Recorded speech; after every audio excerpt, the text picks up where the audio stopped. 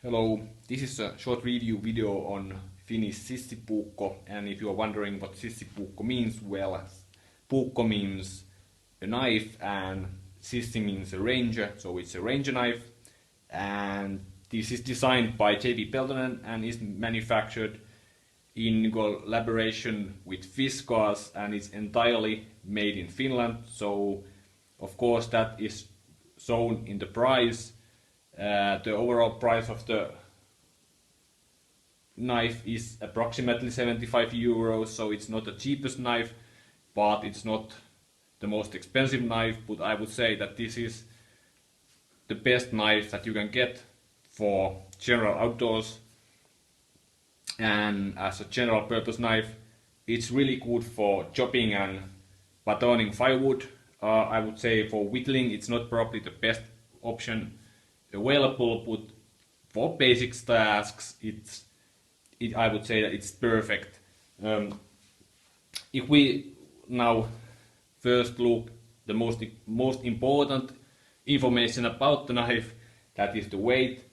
The overall weight of this model with the plastic sheath is, or plastic scabbard I would say, is 284 grams, and the knife weighs 218 grams, and the plastic scabbard weighs 66 grams. There is two versions of this knife available. M95, that is here, is available with the plastic scabbard and the leather sheath, and then there is the other model, that is M07, that is only available in leather sheath. And the difference between this knife M95 and M07 is that M07 is 2.5 centimeters shorter from the blade than this one.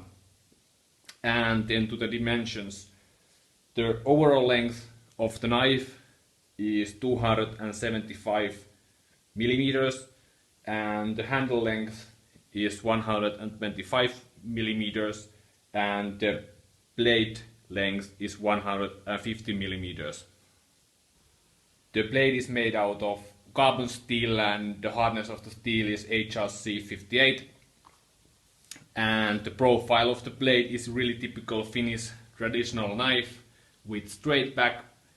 There is a Teflon coating for the blade all around, and it will make chopping and whittling and batoning a little bit easier, but it will also protect the blade from rust.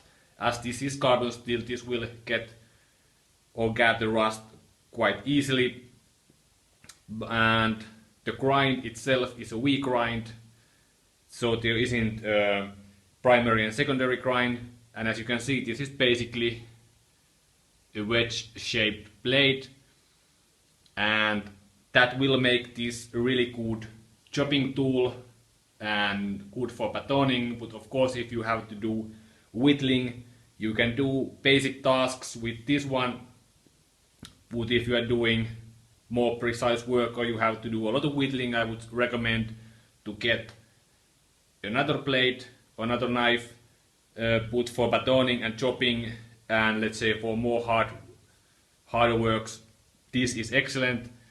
Also because this is quite wide knife, the spine is 5 millimeters wide, so this works really well when batoning. Work is easy, and I would say for survival and bushcrafting this is an excellent tool. The handle is made out of black hard rubber that is molded, and you can clearly see the molding lines going around the entire handle. The design is quite simple. It doesn't have any kind of thumb guard. There is a little bit guard or quillon on the belly side, and the pommel has this ridge here, and I have approximately size 10 hand size, and it fits to my hands perfectly. I have a really good grip, and as this is rubber material, even if this would be wet or a little bit oily, I can still have a good solid grip when whacking away, batoning, chopping, stabbing, whittling, doing all kinds of dirty work. So you have a good grip, and also in the belly side of the handle we have the ridges, so it helps to get really solid grip even with gloves on.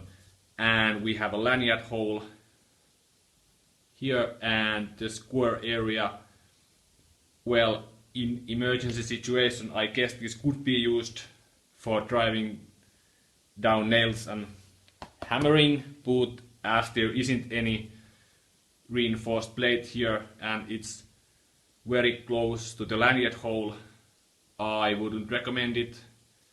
I don't think that it's supposed to be for that use, but still, for emergency use everything goes. Let's look at the scabbard design. It's made out of black plastic, as you can see, and it's quite good design, I would say. There is 3 ways how you can hang this from your belt or from your equipment, and we have 1 slot here and we have 1 slot on both sides of the scabbard. That makes 3 options. And how this works, that we have 2.5 centimeters wide strap with Velcro, and the idea is that you can easily take this, let's say, take this away from your belt or from your equipment without removing and opening your belt. And how this works is that you make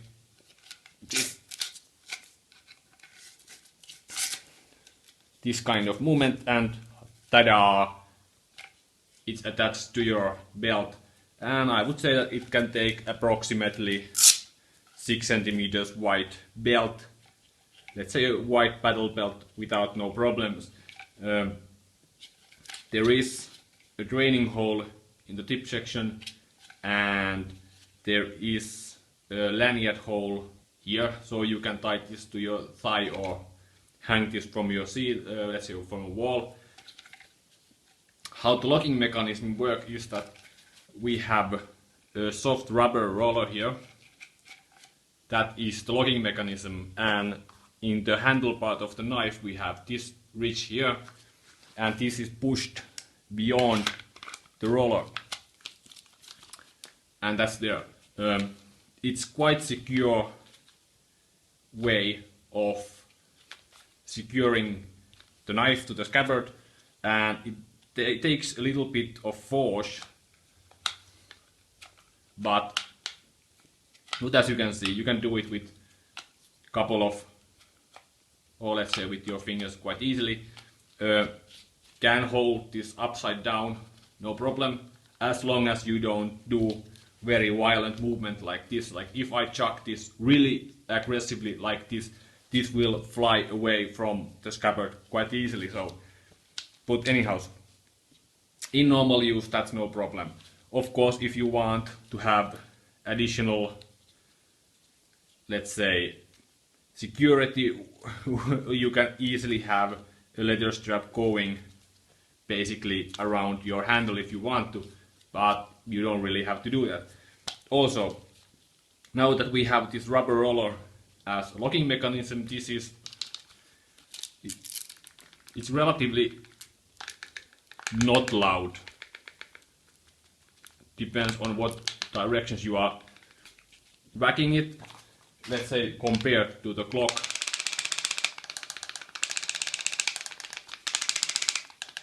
this is really rattling and disturbingly loud. And in normal movements or jumping around or running, I would say this is a very silent solution.